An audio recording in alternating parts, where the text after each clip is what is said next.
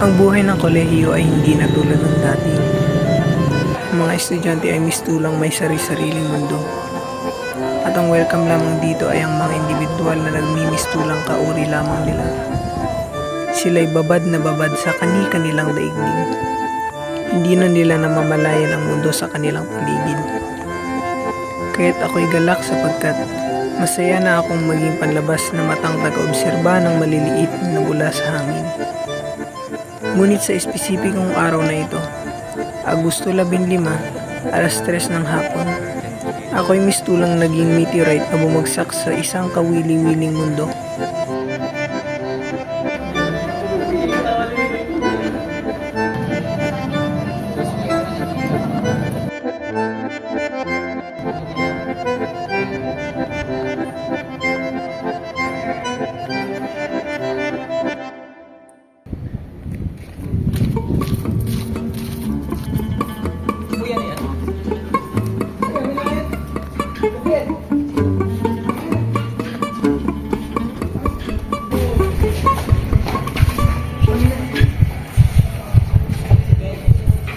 Uy, okay ka lang? Calm down. Relax lang, relax lang. Kalma lang. Kalma lang.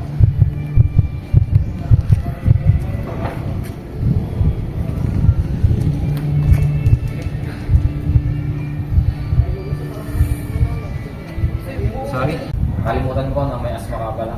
Hindi mo dapat ginawa yun. Okay. Alam ko na may asma ka pero hindi pinaasahan na kahit na pala kalala.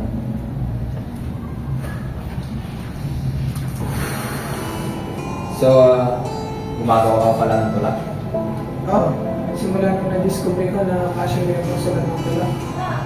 Hinugod ko na lang oras ko sa mga susulat. I see. Buti naman. Ikaw, simula nung grade 6, wala na akong malinis yan. Sino na ginaguguluwas mo? Ako? Wala lang. Tambay-tambay lang. Totoo. Di ba may ibig kang mag-drawing natin? Oo. Pero tinabat na ako nun eh. Alam mo, Gabriel, masyadong maiki ang buhay para kaya ng mga distractions na sirain ng iyong mga pangarap. Why not maglaan ka ng konting oras para sa mga bagay na nagbibigay inspirasyon sa iyong mga passion?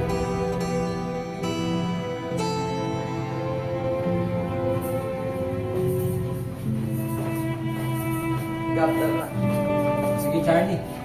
Punta kami.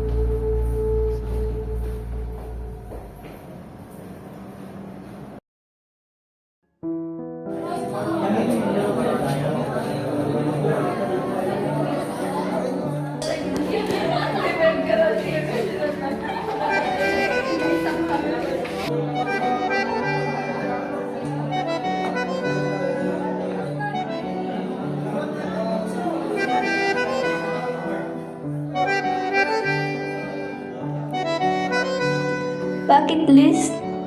Kanino kaya to? Hindi ko masabing ito'y totoo or overthinking lang na naganap sa utak ko. 1, 2, 3, 4. Bilang ay hanggang 30. Mga listahan ng gawain na naka-cross out na. Pero lamang sa huli. Hala, ano to? Teka, finish my poem until January 13th ang sabi. At sa baba ay bumuang nakadrawing na imahe. Isa lamang ang ibig sabihin nito, kaya hanggang Enero 13, dapat mahanap ko na kung kanino ito. Patuloy na dumadaloy ang oras, at ito'y pabilis ng pabilis, at mga activity sa school ay padami ng padami. Pero ito'y malaking oportunidad para mahanap ang may-ari ng sulatin, dahil sa huli, ang tagumpay ay sa kanya sa akin. Araw-araw ay akin itong dinadala, kasabay ng bigat ng negatibong ekspektasyon mula to ni Lada. Ngunit hindi ako susuko hanggat mahanap ko kung kanino ito, nang siya'y mapalaya ko, bago niya mapalaya ang kanyang sarili dito sa mundo.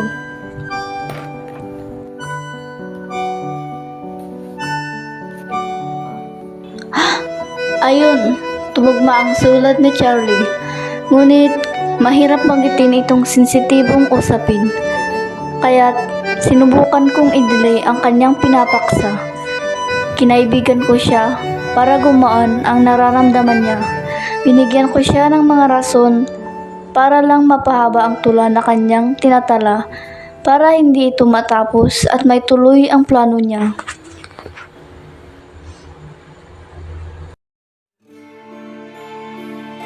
Ang babae sa aking puso, tila tuluyang lumalayo.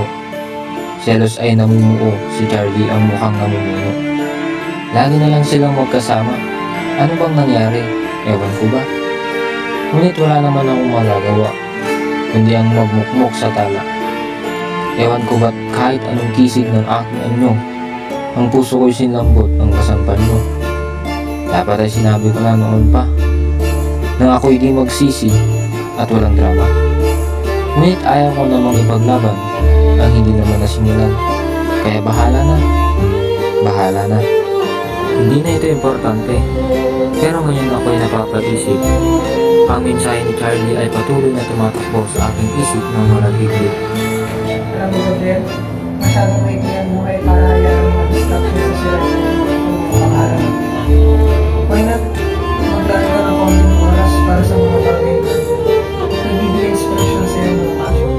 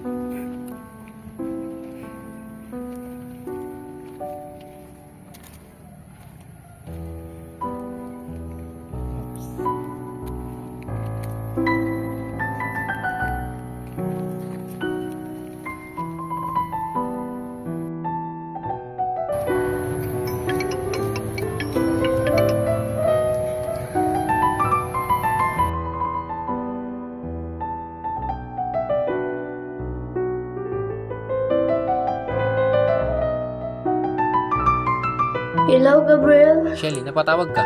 Hala, uy si Charlie, kasama mo ba siya? Ha? Di ba lagi kayong magkasama? Bakit mo tinatanong sa akin? Ikaw lang kasi lagi niyang nababanggit na kaibigan niya eh. Pero hindi importante yun. Alam mo bang anong nangyayari kay Charlie? May problema ba siya? Depressed? May anxiety? Ha? Wala naman siyang nabanggit. Pero oo, may sakit kasi siya. Kaya lagi siyang tahimik. Bakit? Ano bang nangyari? Hala, Gabriel, pasensya na, hindi ko siya napigilan. Kalma ka lang. Napigilan ng ano? Hindi ko pa rin sure, pero basta na lang siya nawala at hindi ko na rin siya makontak. Pwede ba tayong magkita? Sige, sige. Sige po.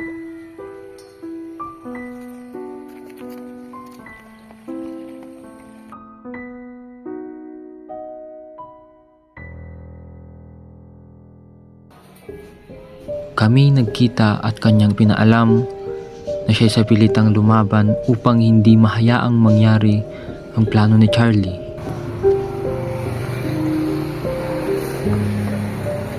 Kuya, ganyan po ba si Charlie? Tao po.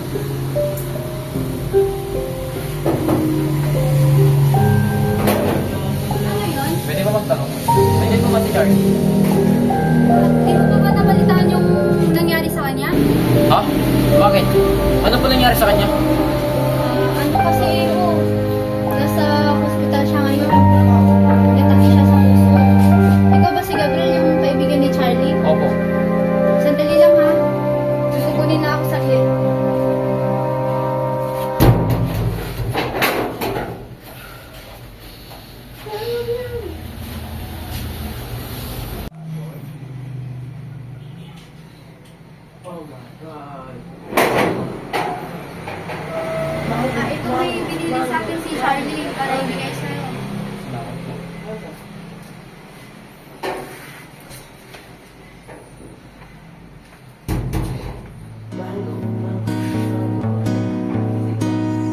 Hello, Gabriel. Nais ko lamang magpasalamat sa iyo sa kaunting oras na tayo muling nagkita pagkalipas ng maraming taon. Gusto ko lang sanang ibahagi sa iyo ang isang importanteng bagay. Alam mo, ang art ay hindi lang basta expression. Parang salamin ito na nagpapakita ng ating pinakaloob na mga iniisip at damdamin. Sana'y mahanap mong spark na nagsisindi sa passion mo sa buhay. Sana'y matutunan mo ring, today is the youngest you'll ever be. So sana'y ma-appreciate mo ang maliliit na bagay dito sa mundo. Ito ang lesong itinuro sa akin ni Chelly. Gamit ang kanyang fotografiya, pinatanto niya sa akin ang ganda ng maliliit na bagay kung ito'y titignan mo lamang sa ibang lente. Siya ay mayroong espesyal na perspektibong gamit paningin ng mundo. At ako'y magpapasalamat sa kanya dahil dito. Okay lang ako dito. Salamat sa inyo at nabago ang isip ko. Mula sa planong pagkitil, ngayon ay na-appreciate ko na ang buhay ng sincere. P.S. Nakikita ko ang pagtingin mo kay Chelly. At sana ituloy mo lang yan. Ngayon ako ay nasa ospital. Walang lusog pero puno ng buhay. Pero sa ngayon, in case I don't see ya, good afternoon, good evening, and good night. End of a slope, it's a beam, it's a void, it's a hunch, it's a hope. And the riverbank talks of the waters of March. It's the end of the strain, it's the joy in your heart.